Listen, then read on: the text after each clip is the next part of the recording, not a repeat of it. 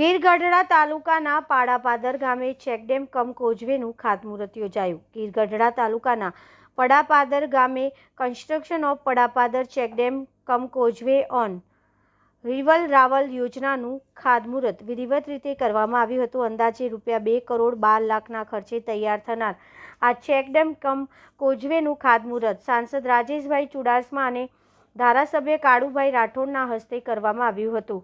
આ પ્રસંગે જિલ્લા પંચાયત કારોબારી ચેરમેન ડાયાભાઈ જાલોદરા, તાલુકા પંચાયતના પ્રમુખ પ્રતિનિધિ ભીખાલાલ કિડેચા સહિત સ્થાનિક રાજકીય તથા સામાજિક આગેવાનો, કાર્યકરો અને મોટી સંખ્યામાં ગ્રામજનો ઉપસ્થિત રહ્યા હતા।